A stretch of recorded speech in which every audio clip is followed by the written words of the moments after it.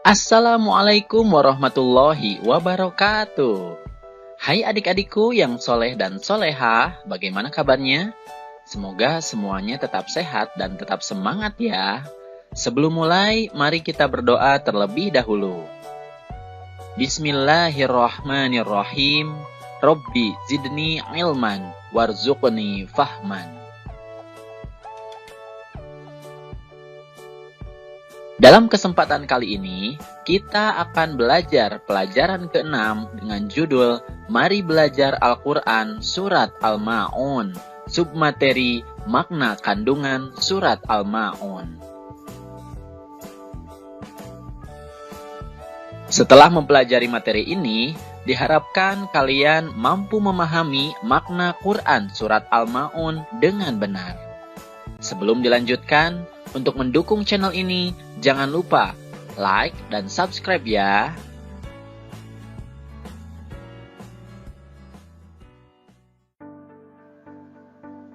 Adik-adik, mari perhatikan Quran Surat Al-Ma'un berikut ini. Kata Al-Ma'un diambil dari kata yang terdapat pada ayat terakhir, yang artinya adalah barang-barang yang berguna. Surat Al-Ma'un adalah surat ke-107 dalam urutan Al-Quran. Surat Al-Ma'un terdiri dari 7 ayat.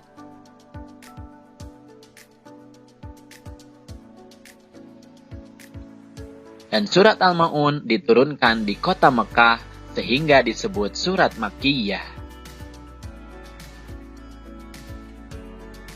Nah, selanjutnya, untuk memahami makna Quran Surat Al-Ma'un, mari kita perhatikan terlebih dahulu arti atau terjemah dari Quran Surat Al-Ma'un berikut ini. Bismillahirrahmanirrahim. Tahukah kamu orang yang mendustakan agama? Itulah orang yang menghardik anak yatim dan tidak menganjurkan memberi makan orang miskin.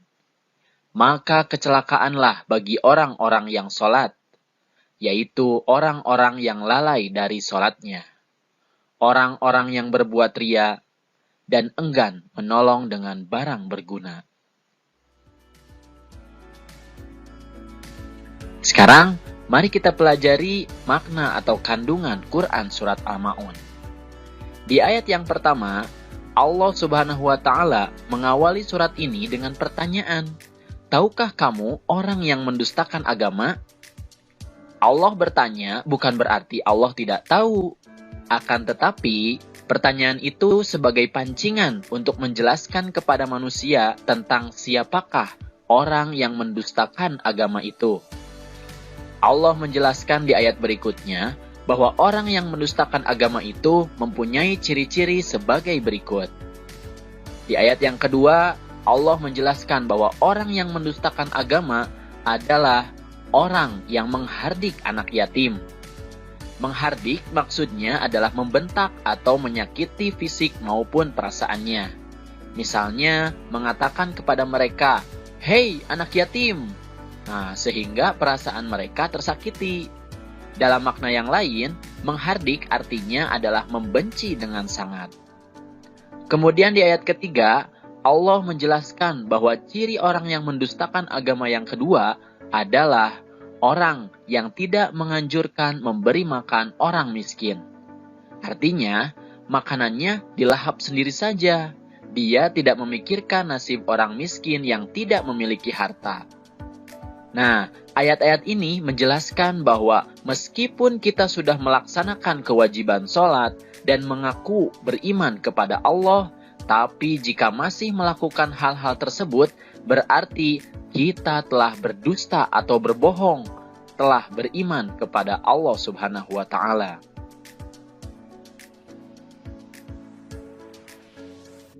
Lalu di ayat keempat, Allah Subhanahu wa Ta'ala berfirman, maka kecelakaanlah bagi orang-orang yang sholat.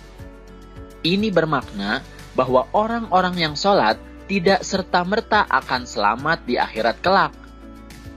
Orang yang sholat akan celaka jika melakukan beberapa hal berikut. Di ayat kelima, Allah berfirman bahwa orang yang celaka adalah orang yang lalai dalam sholatnya. Lalai di sini maknanya luas.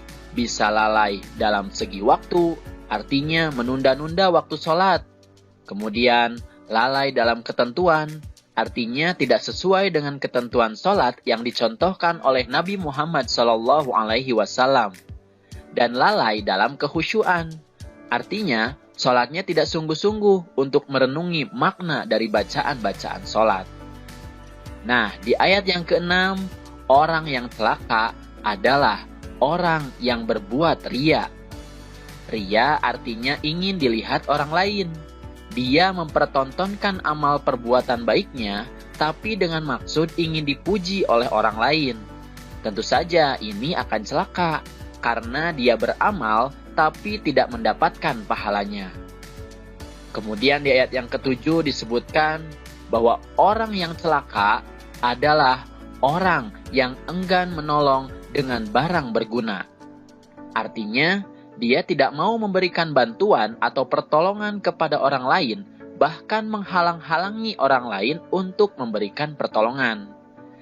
Inilah ciri orang yang mendustakan agama seperti yang disampaikan di awal-awal surat. Dan tentu saja, orang-orang yang mendustakan agama pasti akan celaka.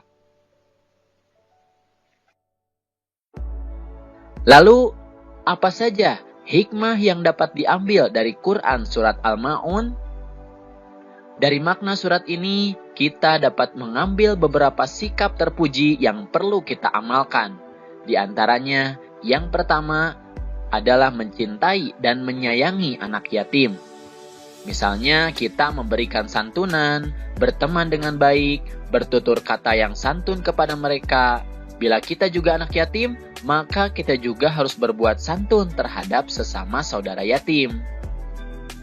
Kemudian yang kedua, menyayangi dan memberi makan orang-orang miskin.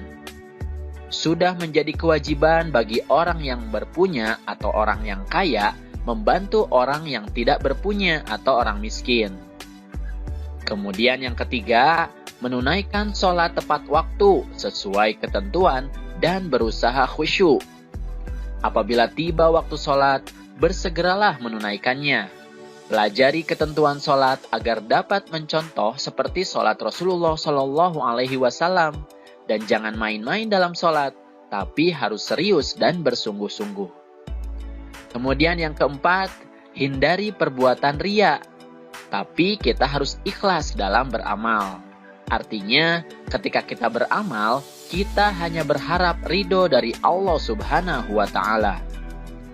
Kemudian yang kelima, memberikan bantuan kepada orang yang membutuhkan. Mengapa? Karena manusia itu adalah makhluk sosial, satu dengan lainnya saling membutuhkan.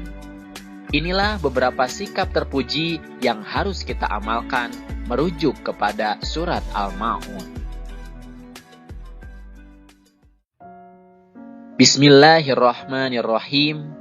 Dan tolong menolonglah kamu dalam mengerjakan kebajikan dan takwa. Dan jangan tolong menolong dalam perbuatan dosa dan pelanggaran. Quran Surat Al-Ma'idah ayat 2.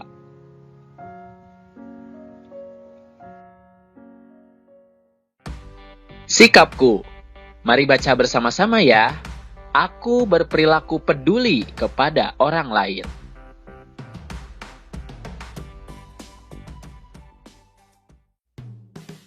Alhamdulillahirabbil alamin. Materi pelajarannya sudah selesai. Semoga sekarang kalian sudah memahami makna kandungan surat Al-Ma'un. Terima kasih atas perhatiannya dan mohon maaf jika ada kesalahan. Billahi taufiq wal hidayah. Wassalamualaikum warahmatullahi wabarakatuh.